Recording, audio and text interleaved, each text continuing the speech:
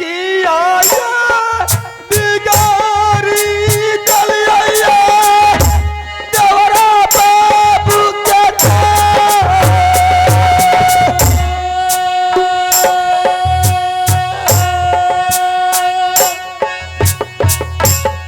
अखिया देखाई दल कइये हइये तो हलो के मतिया रही गेल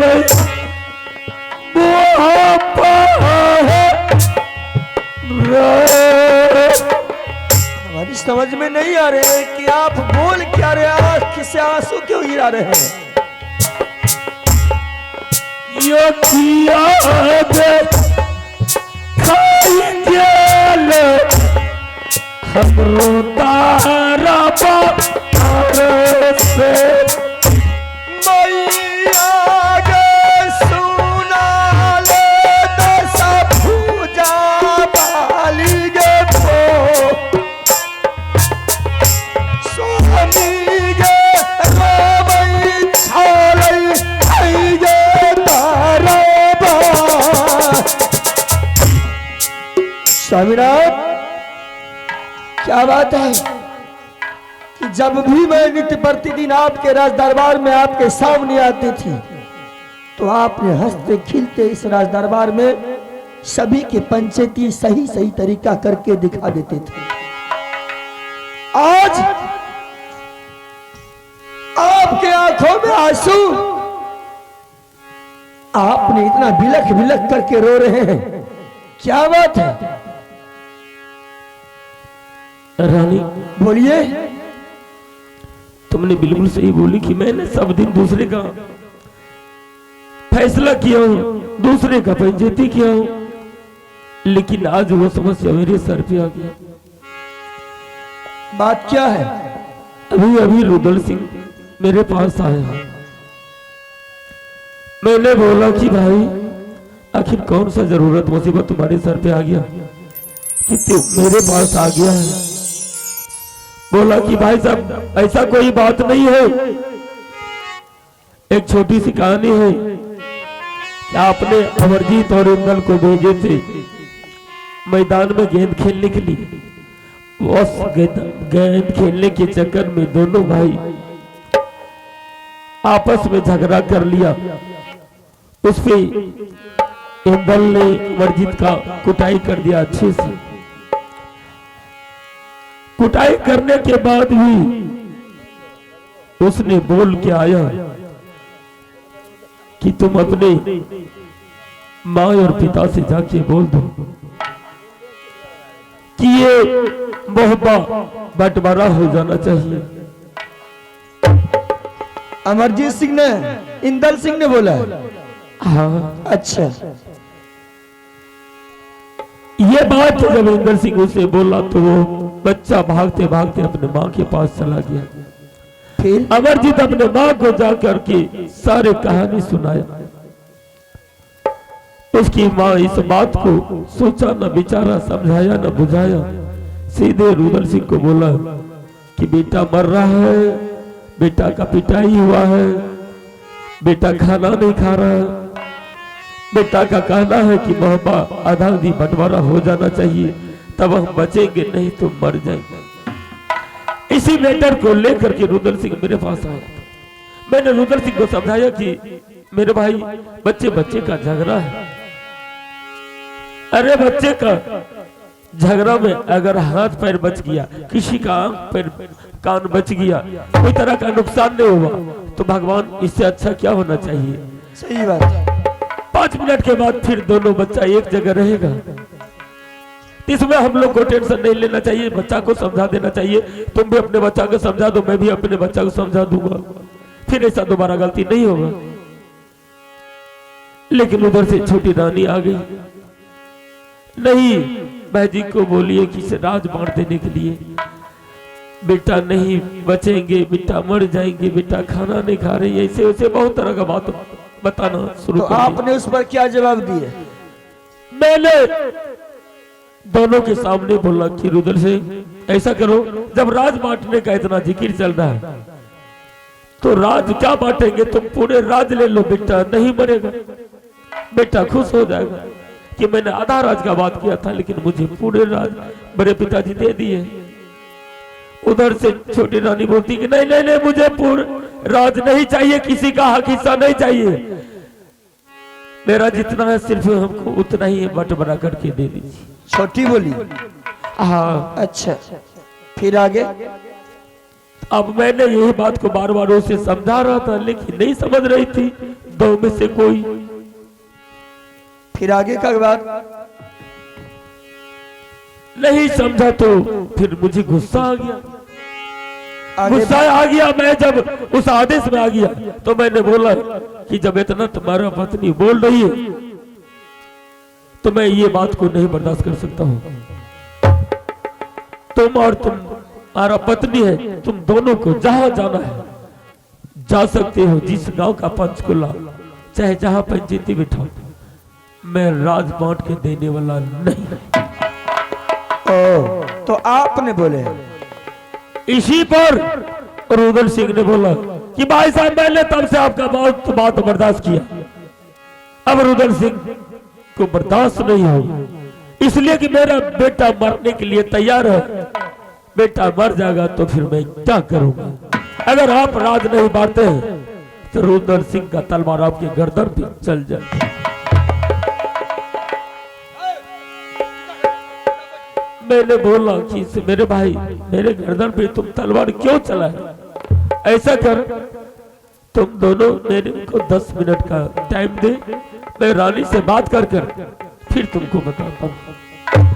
इसी मैटर में तुम्हें मैं बुलाया हो रानी, अब बताओ कि क्या होगा। सबसे पहली बात तो एक जान लीजिए महाराज कि अगर कोई भी गलती करे तो उसे सजा मिलना चाहिए। आपने 14 कोष का पंचायती व निर्णय सही तरीका से दे करके उनके घर को भिजवा देते हैं। इस समाज में भी ढेर सारे गुणवान और बुद्धिमान व्यक्ति हैं। आप क्या है, आपसे भी बढ़कर भी है, लेकिन आपके पास में आते हैं, मुखिया के पास में क्यों आते हैं? निर्णय सुनने के लिए। सही बात है। अगर जज का बेटा किसी का कत्ल कर दे, किसी को मर्डर कर दे, तो क्या उसके बेटा को सजा मिलना चाहिए या नहीं मिलना चाहिए? जवाब दीजिए। रानी, हर गलती करने वाला व्यक्ति को सजा मिलना चाहिए। तो जब आप ही कह रहे हैं कि जो व्यक्ति अगर गलती करता है उसको सजा मिलना चाहिए, जब आपका बेटा उनके बेटा के ऊपर कोरा बरसाया, छोटी मोटी बातों के कारण उनको उल्टा सीधा कह करके आपके पास भेजवा दिया, तो आप उस चीज को अपने बेटा से पहले निर्णय कर लेते, बेटा को मारते, बेटा को समझाते, दोनों बाल बच्चे को समझाते, बच्चा उस जगह समझ जाता, दोनों बच्चा को दोनों भाई मिल करके उस जगह निर्णय कर लेते, उसके बाद बच्चा का आंख कान बच गया, झगड़ा उसी जगह खत्म हो गया। कि आपने दोनों भाई, उनके पत्नी आई, क्या उनको कुछ सेवा पानी किए थे कि नहीं? कभी तो नहीं आती थी आपके दरबार में। रानी, तुमने जो भी बोल रही बिल्कुल सच बोल रही, लेकिन कहने का मतलब इन दोनों मुझे टाइम नहीं दिया, मेरे बात को सुनने के लिए तैयार नहीं था। फिर आप कहने के लिए क्या चाहते हैं? मेरा कहने का मतलब ऐसा है कि तुम अपने से जाकर अपने देवर को, अपनी छोटी गोतनी को इस बारे में समझाओ कि इस तरह का बात विचार नहीं होना चाहिए। मैं मानती हूँ इस बातों को। अगर देवर जी और उनकी पत्नी आई थी आपके दरबार में, गुस्सा करके चली गई, गुस्सा करके चले गए दोनों, आप इस बात पर हमसे निर्णय लेना चाहते हैं तो मैं बता देती हूँ। अगर आपके भाई साहब गुस्सा हो गए, उसी वक्त बोल देना चाहिए कि रुदल सिंह, अरे तुम राज के लिए मरता है तो ले राज, हमें राज नहीं चाहिए। उस वक्त क्या दिमाग लगाना था आप सुन लीजिए। अगर अकल नहीं आए तो मौगी से अकल सीख लीजिए। कुछ दिनों के लिए आप अपने ससुराल चले जाते, मैं अपने नैहर चले जाती, बेटा इंदल अपने नानिहाल चले जाता। इस बीच में रुदल सिंह है, जंगल का राजा है, जंगल का शेर है। 6 महीने जंगल में रहता है तो 2 दिन राज दरबार में निवास करता है। रानी, सब बात ठीक है। सुन लीजिए पहले पूरी कहानी हमारी, उसके बाद आप हमारे पर गुस्सा कीजिएगा। रुदल सिंह के जब 2 दिन 4 दिन 10 दिन 15 दिन राज चलाता, उसका दिमाग वायरस भर जाता उसके दिमाग पर। 1 2 3 4 5 दिन में पंचायती करते करते, निर्णय करते करते उसके दिमाग में भूसा भर जाता। जो कि सब दिन राज चलाया नहीं है, वो जंगल का राजा है, जंगल का शेर है, जंगल में रहता है। उसी बीच में आपके पास में आ जाता, आपके पास आपको वो बुला लेते कि भाई साहब, हमसे ये राज चलने वाला नहीं है, आप अपना राज लीजिए और मैं अपना जंगल को रवाना होता हूं। झगड़ा तो उसी जगह खत्म हो गया। हाँ, अब आप एक बात कह रहे हैं कि रानी अब तुम्हारा देवर है, तुम्हारी गोतनी है, तुम उनको समझा ले। तो मैं भी पर घर की बेटी हूँ, वो भी पर घर की बेटी है। हाँ, मैं देवर जी का रिक्स ले सकती हूँ क्योंकि उसे मैं बेटा के समान मानती हूँ, वो मेरा बात मान सकता है, लेकिन मैं अपनी गोतनी की रिक्स नहीं ले सकती हूँ। अरे यही बात तो मैं तुम्हें समझाने के लिए बुलाया हूँ कि जाकर के तुम उसको समझाओ, और तुम आकर के मुझे समझाने लगी। क्यों नहीं कुर्सी समझाओ? दे देते, नैहर चल जाते, ससुराल चल जाते, हम उसके डर से यहाँ से खाली कर देते दरबार को। हाँ चले जाते, क्या होता, चले जाते। माथा तुम्हारा खराब हो गया। हाँ, हमरे माथा खराब छे। बोले इसको उसको समझाने के लिए, तो आकर के हमको समझाना क्यों शुरू कर। नहीं बोलूंगी? पहले हवा किस पौधे में लगता है, बड़े पौधा में लगता है कि छोटा पौधा में लगता है? इसका क्या मतलब? यही मतलब हुआ। किसी के साथ में चढ़ जाएगी कोई? जो मैं कह रही हूँ वो सुन लीजिए। आपको अकल नहीं है तो मैं आपके पास ज्यादा नहीं बोलती हूँ। आप मालिक हैं, इस दरबार के सब कुछ है, महाराजा हैं। रुदल सिंह ने 51 किला को लूट करके सोने का सिंहासन आपको मूवी किला में बना दिया है, आपको राज करने के लिए छोड़ दिया है। इसमें नहीं है, कहीं कतई की बात नहीं है, लेकिन बात इतना सी है कि वो रुदल सिंह हुंठी राजा है, वो जिद्दी राजा है, वो जो भी करता है अपने मन से करता है। उनकी पत्नी को क्या पता है, वो तो घर में खाती है, आराम से पलंग पर सोई हुई रहती है। इधर जिसको बीतता है वो जानते हैं। आप जाइए, आपके दिमाग में वायरस भर गया है। रानी, तुम सही बोल रही है, तुम्हारा सब बात सही है। मैंने तो इस बात को गलती किया कि मैं भी आदेश में आ गया, मुझे नहीं आना चाहिए। ठीक है, यही बात तो मैं भी बोल रही हूँ। जाओ, आप जाइए, अभी चाय बनाई हूँ, मीठी मीठी चाय अच्छी। तुम अपने स्तर से हाँ, अपने देवर को समझाओ, अपने गोतनी को समझाओ कि ताकि इस यहाँ से बात आगे नहीं बढ़ना चाहिए। मैं आगे नहीं बढ़ने दूंगी। मैं इतना बोल रही हूँ कि मैं अपना देवर जी का रिक्स ले सकती हूँ, लेकिन वो भी पर घर की बेटी है, मैं भी पर घर की बेटी हूँ। बस वो मानेगी तो ठीक है, नहीं मानेगी तो मैं क्या कर सकती हूँ। गोतनी रानी बेटी के सामान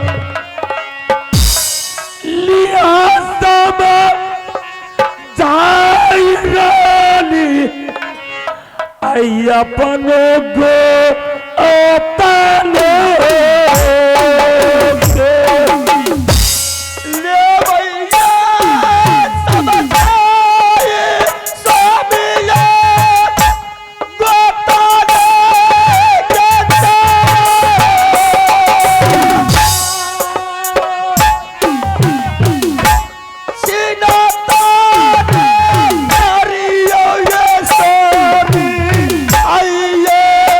मोहब्बत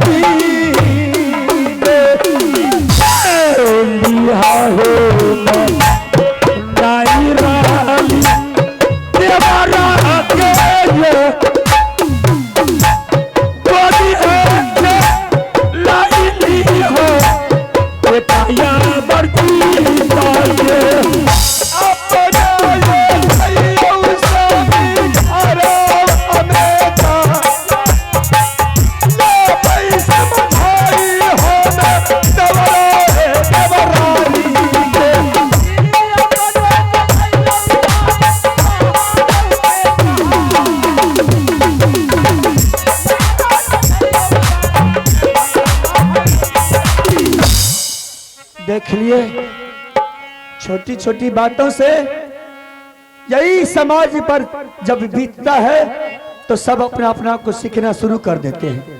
अरे बच्चे बच्चे का बात है, बच्चे बच्चे का बात, बच्चे का आंख कान बच गया, झगड़ा उसी जगह खत्म हो गया।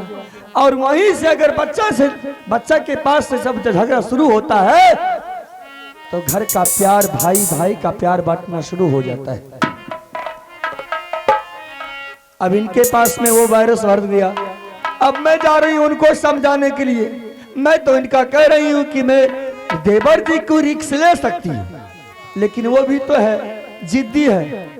देखती हूं मैं उसे बुला करके सारी बात, ये गारंटी है कि हमारे बात देवर जी मान जाएंगे। देवराय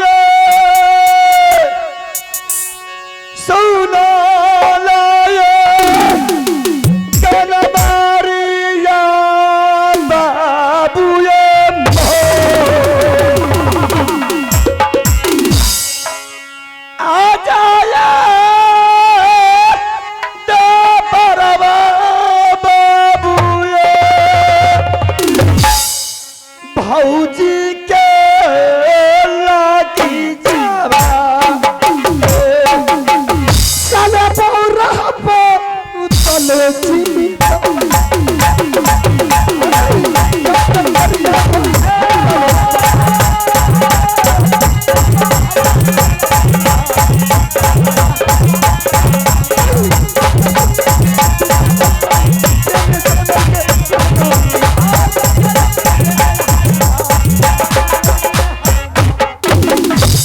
भाभी जी, आनंद रही।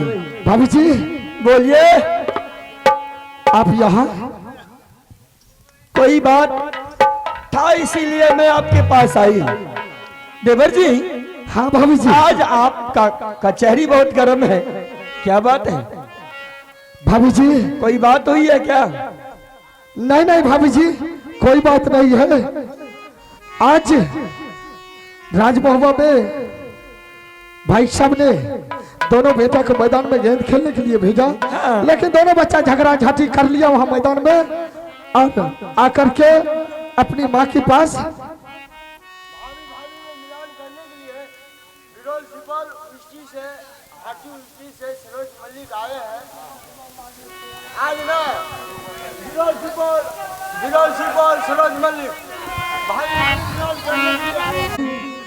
बोलिए देवर जी क्या बात है?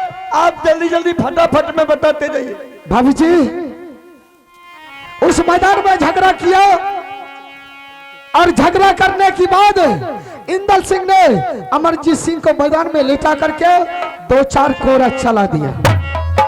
इंदल सिंह ने? हाँ। फिर बात क्या हुआ? चलाने के बाद इंदल सिंह ने अमरजीत सिंह को सीधा मैदान में खड़ा किया और उससे बोला कि जाकर अपने माँ और पिताजी से बोल करके ये राजमहल को बंटवारा करवा दे। अगर राजमहल को बंटवारा नहीं करवाया दोबारा लौट करके आएंगे, तुमको और तुम्हारे पिताजी को सर काट लेंगे।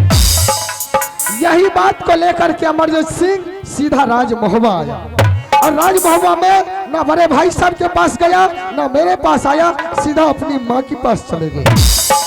और माँ के पास जाने के बाद माँ से ऐसा उल्टा सीधा बता दिया, और उसका माँ इतना आग बबूला हो करके हमारे दरबार में आई और कहने लगी, स्वामीनाथ मेरा बेटा को पिटाई किया, और मैदान में पिटाई करते समय यह भी बोल दिया है कि राज को बंटवारा करवा दे, नहीं करवाएगा तो तुमको तुम्हारा पिता को सर काट लेंगे। रानी इंदल सिंह ने बोला? हाँ। अच्छा, यही बात को लेकर के रानी इतना आग बबूला हो गई है, अब वो बोल रही है कि स्वामीनाथ अगर राज को बंटवारा नहीं करते हैं तो दोनों माँ बेटा जहर खा के मर जाएंगे। अब बताइए भाभी जी मैं इसमें क्या कर सकता हूँ? यही बताने के लिए हमने भाई साहब के पास गए। देवर जी अगर बच्चे बच्चे का झगड़ा खत्म वही हो जाता है, जब बच्चे बच्चे में लड़ाई होता है तो दोनों बच्चे का आंख कान बच गया, उसी जगह झगड़ा खत्म हो गया। हाँ भाभी जी। बात आ गई आपकी रानी की, जब आप खुद ही राज दरबार में थे और अपने भाई साहब से बात कर रहे थे तो उनको जाने की क्या जरूरत थी? भाभी जी बोलिए। वही तो हरामजादी को मैं बहुत समझाया कि भाई सब। और सुन लीजिए, आपके भाई के दिमाग पर क्या बीत रहे हैं ये आप नहीं समझ सकते हैं। अभी अभी आपके भाई अपने आंखों को नम कर करके अपने आंखों से आंसू गिरा रहे थे और वो इतनी बड़ी बात बोल दी है कि हम आपको क्या समझाऊं। छोटी छोटी बातों पर अगर वो नहीं मानती है तो उनको यह कह दीजिए कि ठीक है मैं तुम्हें राज दे दूंगा। राज दे लीजिए, उसे कोई मतलब नहीं है, लेकिन प्यार से दीजिएगा, भाभी जी झगड़ा करके नहीं। हमने रानी को बहुत समझाया, पगली मानने के लिए तैयारी नहीं है। भाभी जी बहाना है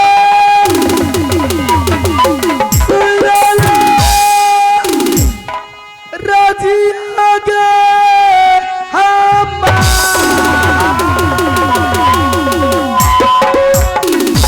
बेटाबो मरई छै गोतिनी आगे रंगा गे भाभाना बा देखिया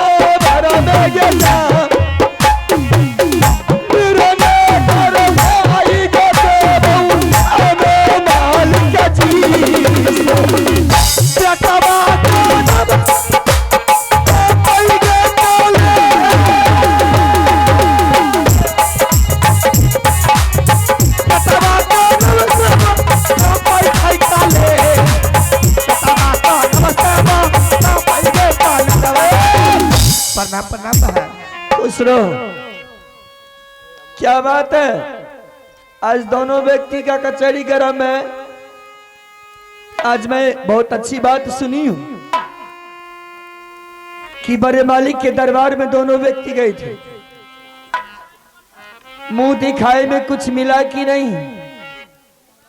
अरे बहुत दिन के बाद गए थे, कभी भी दरबार में तुम्हें हमारे मालिक नहीं देखे थे, लेकिन तुम गई तो कुछ मिला उला कि नहीं?